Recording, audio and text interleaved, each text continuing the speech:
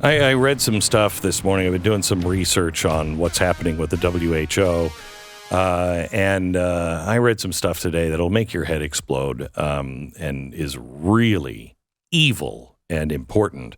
But let me give you this today from Daniel Horowitz at The Blaze. States must preemptively nullify any WHO international pandemic regulation. I'm going to read it verbatim because it's just so well written. And now is the time that things are shifting. There's going to be a new world order out there, and we've got to lead it, and we've got to unite the rest of the free world in doing it. That's Joe Biden, March 21st, 2022. Any Republican that is running without mentioning your intent to fight the global pandemic treaty or regulations might as well run as a Democrat.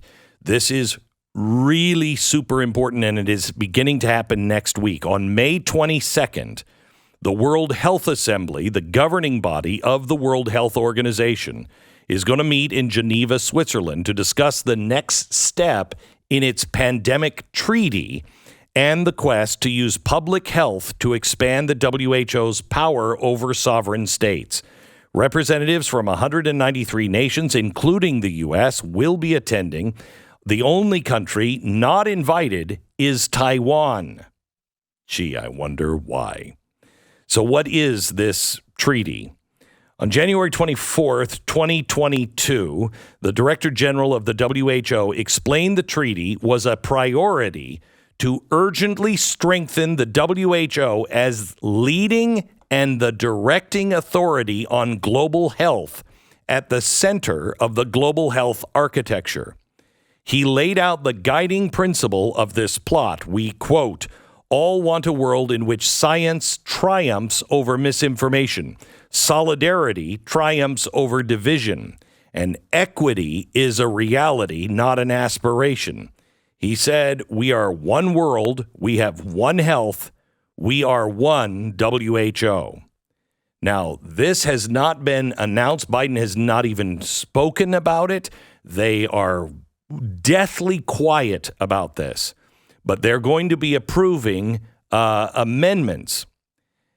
The proposed amendments are essentially going to allow the Director General of the WHO to declare public health emergencies in any country and unilaterally coerce its citizens to take certain actions. Here's one of the amendments, a critical section from Article 9. The WHO shall consult with and attempt to obtain verification from the state party whose territory the event is allegedly occurring.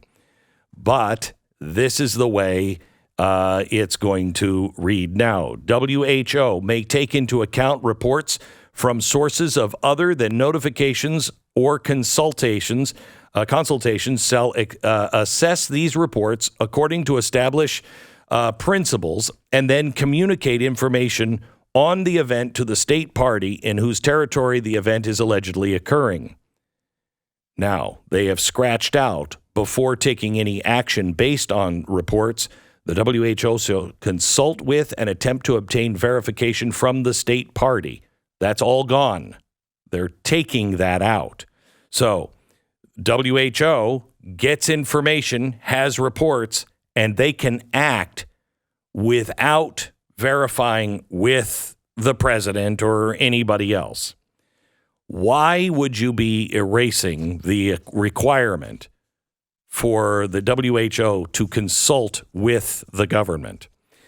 Number 4, if the state party does not accept the offer of collaboration within 48 hours, WHO, it used to say may, it now says WHO shall, when justified by the magnitude of public health risk, immediately share with other state parties the information available, whilst encouraging the state party to accept the offer of collaboration by the WHO.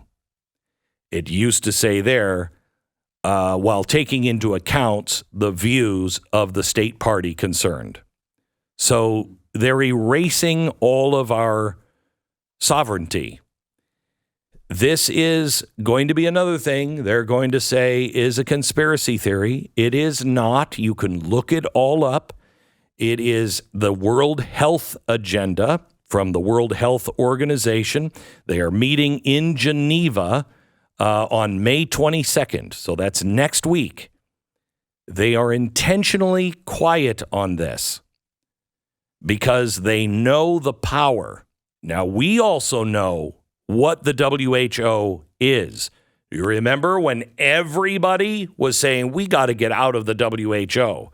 They're just a tool of China. Why would you say that? Forget that I mentioned that Taiwan is the only country not invited to this in Geneva. Yeah, that's completely irrelevant. Amen, brother. Thank you. I don't even know why you brought it up in the first place. Thank you. It's a good thing they weren't. Actually, I wish we weren't invited to it. Well, I will tell you this. Another reason why Donald Trump, they fought so hard to keep him out, because he wouldn't have. He sure wouldn't have. He would not have. That's exactly he would right. not have empowered the WHO. Well, he took us out of the WHO. Exactly right. So. And this president is not only putting us back, they are taking away our sovereignty. And so it's one more piece to the global government of the left. Warning.